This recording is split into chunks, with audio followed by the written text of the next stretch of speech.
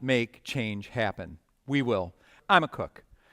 Many of you might know that, but what many people don't know is I'm also the son of two displaced farmers. Farmers displaced from their right to farm by the kind of big conventional system that we have today. Luckily, my grandfather survived until I was 17 years old, so I used to get to go to his farm in southeastern Missouri every summer, and I learned how to raise animals, terminate animals, cook, cure, pickle, can, love food in a very different way, which is why I became a chef. But I'm also the father of two children living with diabetes. And in my quest to try to figure out what I could do to give each of them their best long-term outcome, I learned it was all about food. It was all about food. And the more I looked for the truths of what I needed to do as a chef for my children, I learned some pretty incredible truths, like this truth here. Now, we've all heard about healthcare costs and the drag they put on our economy. I get a little bit bummed because policymakers are saying obesity costs America around $150 billion a year. These are 2007 numbers. Coronary heart disease, diabetes, osteoporosis, stroke, all of these things that diabetes and obesity leads to, now it's over $1 trillion. We as taxpayers pay 60% of that, and the majority of those costs, more than half, are borne by communities of poverty. But there's a whole nother part of the population, kind of middle class, lower middle class, and even some affluent people who simply view food as fuel. It's this inconvenient thing you have to stop in the middle of, like fishing or playing a video game or doing whatever you're doing that's making you busy, and grab a quick bite so you can get back to being busy, right? And those same folks think that food should be cheap. Very cheap. Hence, the all-you-can-eat buffet and the dollar meal. So to those folks, they think food is fuel. To me, I think of it a little bit differently, and we focus at Wholesome Wave on communities of poverty because when you're focused and you high-five yourself at the end of the day because your child showed up home from school alive, when there's something you can improve in their lives, you might go after it with vigor. So does food have to equal fuel? I don't think so. So I'm going to tell you a story that'll help illustrate all of the things I have found food to equal in my time as a chef going on this journey. And I like to call it the Tale of Two Nelsons.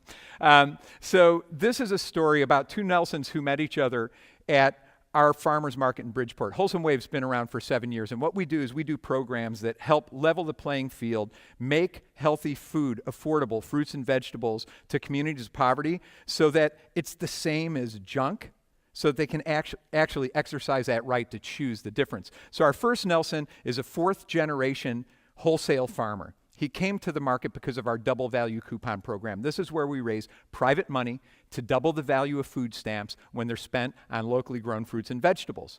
Now, most wholesale farmers don't participate in farmers markets because they're usually too big or because customers are a real pain in the ass. You know, the tomatoes, they're not the same size, or there's holes in the greens, right? Or $3 a pound for a tomato, oh my God, you must be crazy. Well, enter our next Nelson, okay? Nelson is in his mid-70s and taking care of the 3 children of his deceased sister. Not uncommon in a place like Bridgeport, which is the Detroit of Connecticut. So Nelson meets kohlrabi, okay? Now kohlrabi is interesting. Farmers love it, but it's bittersweet because it's so sustainable. It's pest resistant naturally, but look at it, it's weird. It looks like a spaceship, right? So in an affluent community, people will go by the kohlrabi and they'll look at it. It's weird to them. They're not going to ask the farmer because they don't want to look like they're not in the know. So they walk on to the chagrin of farmers who think everybody should be eating kohlrabi, but not our Nelson. Our Nelson comes to the market because it's 79 cents a pound, which means it's 40 cents a pound to him, and he picks the kohlrabi up over his head and says, "Excuse me, what the hell do I do with this because I can afford it?" So, to the delight of Nelson Ciccarelli, he regales our Nelson with dozens of recipes on how to cook it, how to serve it raw, you name it. Nelson took 10 pounds of kohlrabi home and put it on his dinner table that night. Because of affordability, Nelson could seek the education so that he could exercise the freedom to feed those kids kohlrabi, which is an excellent nutritious vegetable. Food equals freedom. But not just freedom of choice. Freedom to imagine a better future for you and the children that you're raising. But that's not all. Food also brought these two men together in a different way. Because of Nelson, who we now call Nelson Kohlrabi aficionado, because I don't know his last name, and hundreds of other food stamp consumers in Bridgeport, Nelson Ciccarelli has added $90,000 in revenue per year to his farm. He's now drunk the retail Kool-Aid. But he now wants to open markets in the 7 other poor communities in Bridgeport and is working with our innovations team and our investments team to create a model where community members can earn a right to own the piece of that farm stand like a franchise. So imagine when food actually provides the opportunity for somebody to actually not need food stamps in the first place. Food equals opportunity. Not just for Nelson, and not just for our other Nelson, and not just for the community of Bridgeport, but 50,000 food stamp consumers are supporting 3,200 farmers in 28 states, and proving that food equals freedom, food equals opportunity. But I think, not just because I'm a cook, that it might equal more. Do we have doctors in the house? Is there a doctor in the house? Okay? Just a couple, okay? Well, so if you're a doctor, you say this. If you're a patient, you hear it. Stay away from the processed stuff. Eat more fruits and vegetables. So we have a fruit and vegetable prescription program now that allows doctors, nurse practitioners, community health workers, dietitians to work with our program partners and farmers at our markets to provide at-risk families who qualify free fruits and vegetables. And it's remarkable. In our communities, people are participating in the markets. They're going regularly. They're interacting with the farmers. They're going back to their doctor and their dietitian once a month to get more health counseling, to get their prescription refilled, and to be measured for health outcomes. And guess what? Last year, 1,000 children and family members participated, in 2 years in a row. 40% of index patients, all of whom are children, dropped their BMI in a 4-month intervention. Food equals health. Yeah, nice. Clap. Go for it. I think it's cool. So here's the deal. If food equals freedom, food equals opportunity, food equals health, we think, what would America look like if this was happening, fully firing in our communities? It would look like this. This is City Heights, San Diego, a very poor community. Community members of diverse ethnicity, they gather, they share, they celebrate. This is a tamale contest where we have Ethiopian, Cambodian, Vietnamese, African American, white people sharing food culture, talking in the weirdest sign language you've ever seen, because they all don't speak the same language, but they're communicating because food has drawn them together.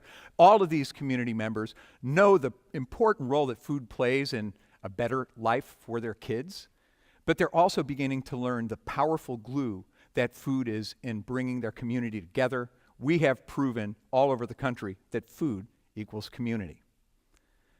Now, there might be some folks in the crowd, because we have intellectuals in here, we have change makers, we have people that look at economies of scale, that might think these communities lack the economic power to make a difference. Well, those same 49 million Americans, responsible for over $500 billion of those dollars in healthcare costs, will spend $100 billion this year in the form of food stamps, WIC benefits, free lunches, all of those things at school. $100 billion. If you don't think these communities have the economic power to make a difference, you got to wake up. We just need to change the paradigm so that they can choose that right and have the freedom to spend that money a little bit differently. Because we look at these communities differently at Wholesome Wave, and because we share our outcomes with policymakers across the country and here in Washington, D.C., city budgets now have our doubling program for food stamps. County budgets have the same. There's language in the Farm Bill that every iteration that's passed the Senate and House committees over the last 2 years, incentive language supporting our doubling program is there, even in the horrible, atrocious House bill that just passed. The language is there for the doubling. So we believe doubling federal food assistance for locally grown fruits and vegetables is an inevitability. We believe it. We believe it. Change is coming, but still, to many Americans, food is just fuel. We'll get to them. We'll get to them. If we look at our communities through the lens of food, we see affordable food access in affluent communities happens at upscale restaurants and Whole Foods. In middle-class communities, it happens at Fridays, Friendly's, the Olive Garden, Piggly Wiggly, and Publix.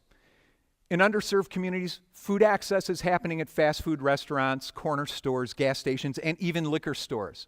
Bottom line, we must stop thinking of food as fuel. I mean, after all, we've proven all of these things. Food equals all these things. Can you feel it? Can you feel it? Can you feel it? Somebody nod their head.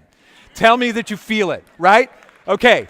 So if food equals all these things, then we have to endeavor to believe that food is change. Food is change. Food is change. And if we believe that in our hearts, if we believe it, each and every one of you in this room, me, Jose, all of us together, can endeavor to go out into the world and change the world through food. Thank you for your time. God bless you. Thank you.